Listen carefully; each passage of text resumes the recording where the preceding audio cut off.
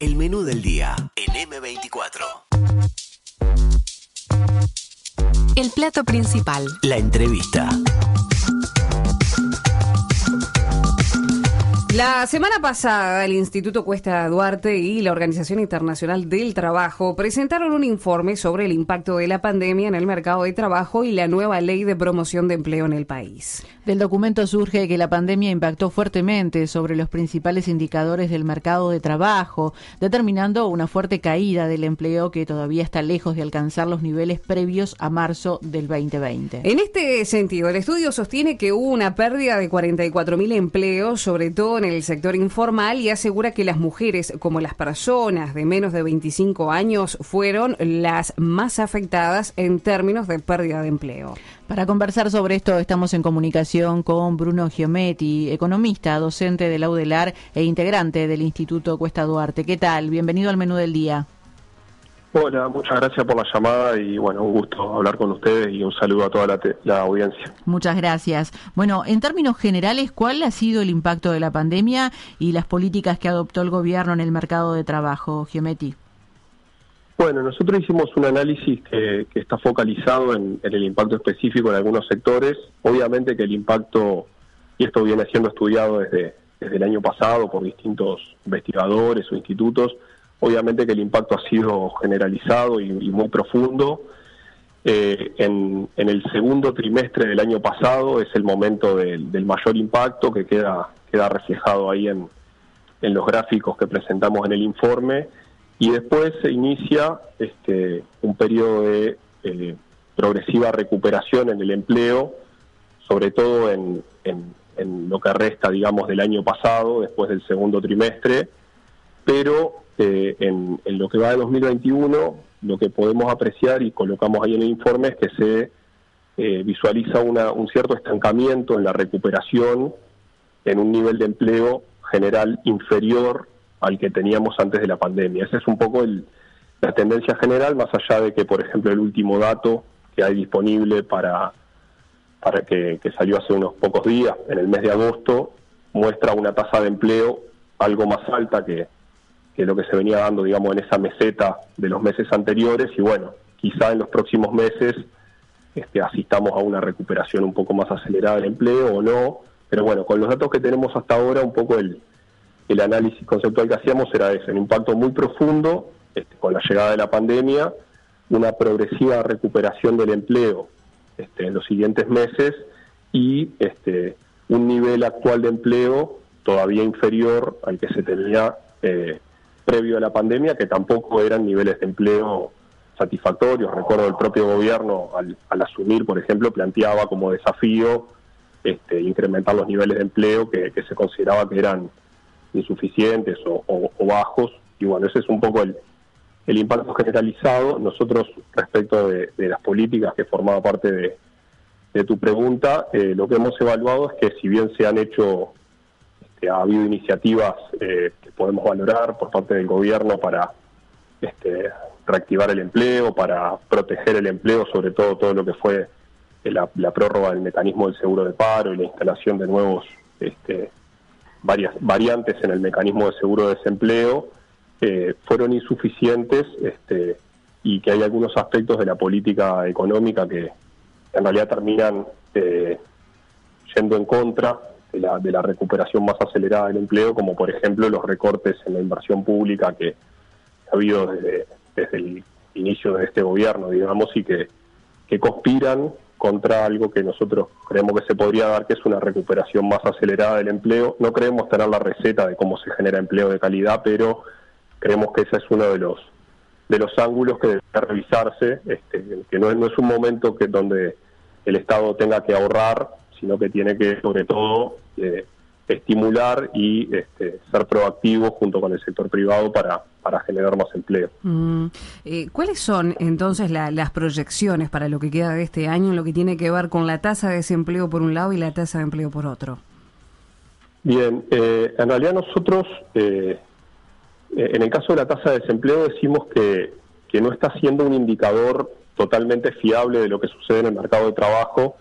Eso se vio sobre todo en el 2020, donde mucha gente que en realidad son potenciales trabajadores, dejaron de buscar trabajo, entonces no figuraban como desempleados, y nos basamos más en la tasa de empleo. Creemos que la tasa de empleo va a tener una leve recuperación en lo que resta del año. Es bastante difícil de estimar, pero pensamos que va a terminar el año algo por encima de lo que está actualmente, pero el propio gobierno, por ejemplo, en la exposición de motivos, en el informe económico que acompaña la rendición de cuentas, plantea que la tasa de empleo en el 2022, en promedio, todavía va a estar por debajo de la tasa de empleo de 2019, y recién en 2023 va a haber una recuperación, digamos, anualizada, completa del empleo. O sea, las perspectivas, si bien hay claramente una recuperación respecto al peor momento de la pandemia en términos de empleo, que fue el segundo trimestre de 2020, la recuperación es lenta.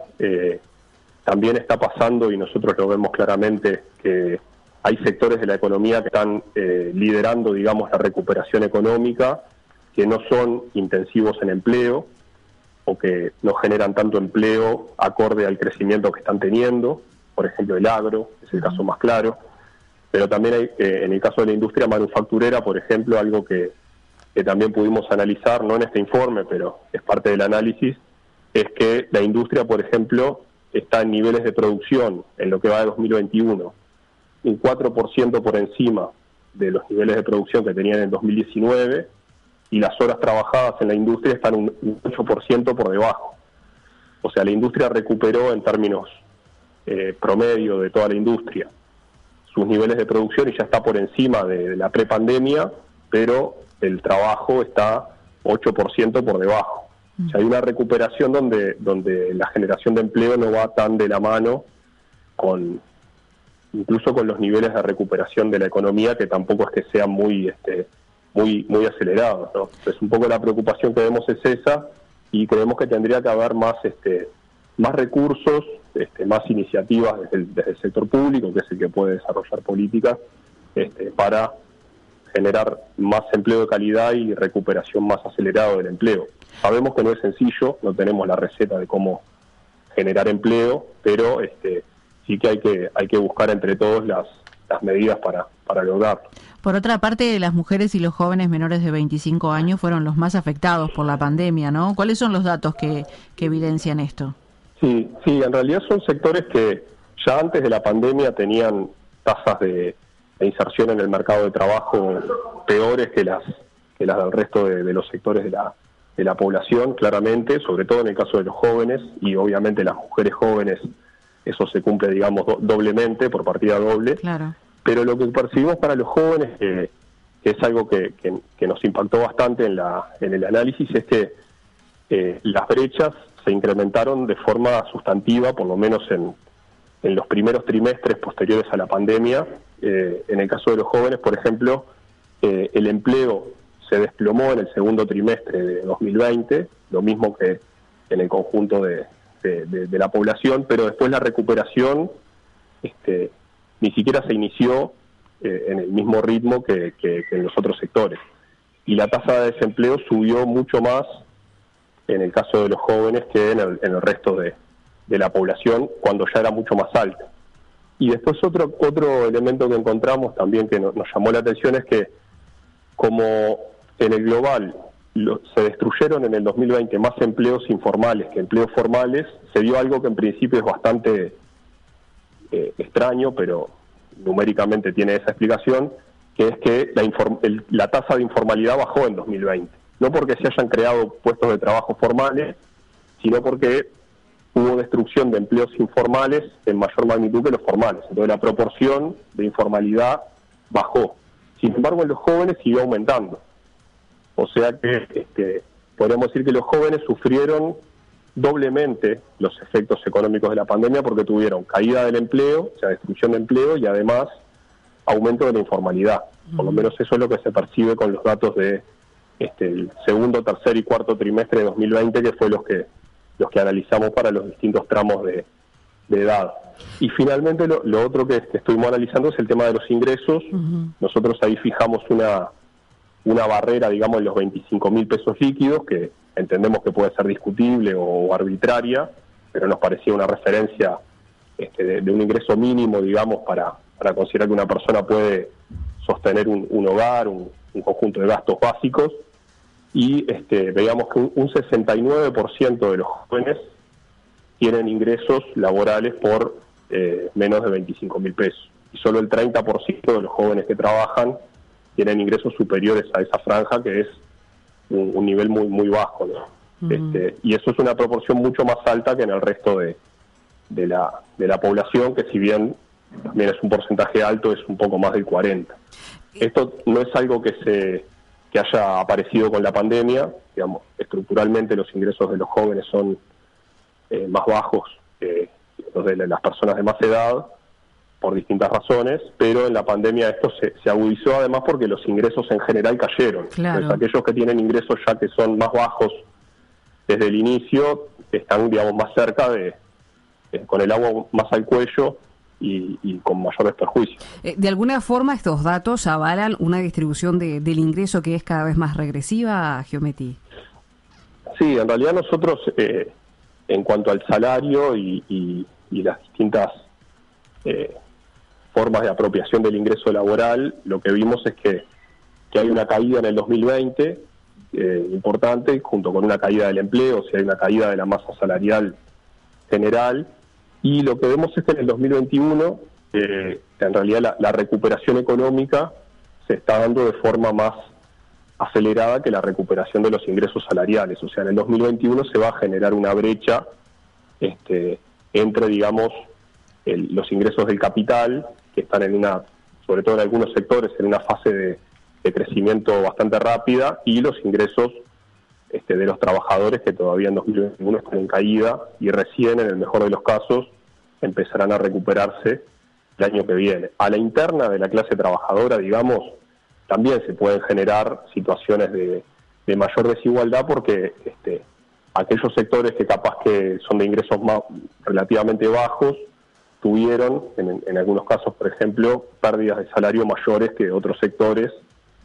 Por ejemplo, en los sectores considerados muy afectados por la pandemia, que ahora en la ronda salarial tienen una nueva etapa de pérdida de salario real, esos sectores van a perder en mayor medida el doble que lo que perdieron el resto de los sectores. Y en esos sectores, por ejemplo, predominan en términos relativos los jóvenes, como es en el caso de la gastronomía, el comercio, algunos rubros, el deporte, que van a tener una nueva pérdida salarial. Es decir, creemos que toda esta situación termina generando por varios lados un empeoramiento en la distribución del ingreso, que es algo que se había logrado bastantes avances en una etapa vinculado con la reforma tributaria, los aumentos en los salarios más bajos, y bueno, en esta etapa, por ejemplo, en la negociación colectiva, algo que nosotros hemos criticado es que no hay ninguna priorización para los salarios más bajos.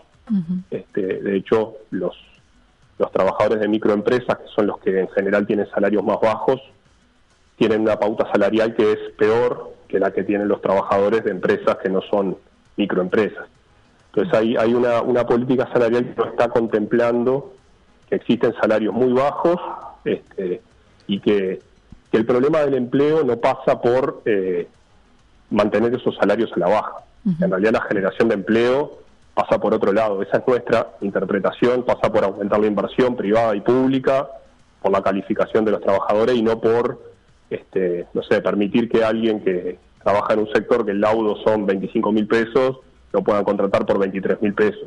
Eso nosotros entendemos que no va a ser la diferencia en cuanto a la generación de empleo. Incluso aunque dijéramos, bueno,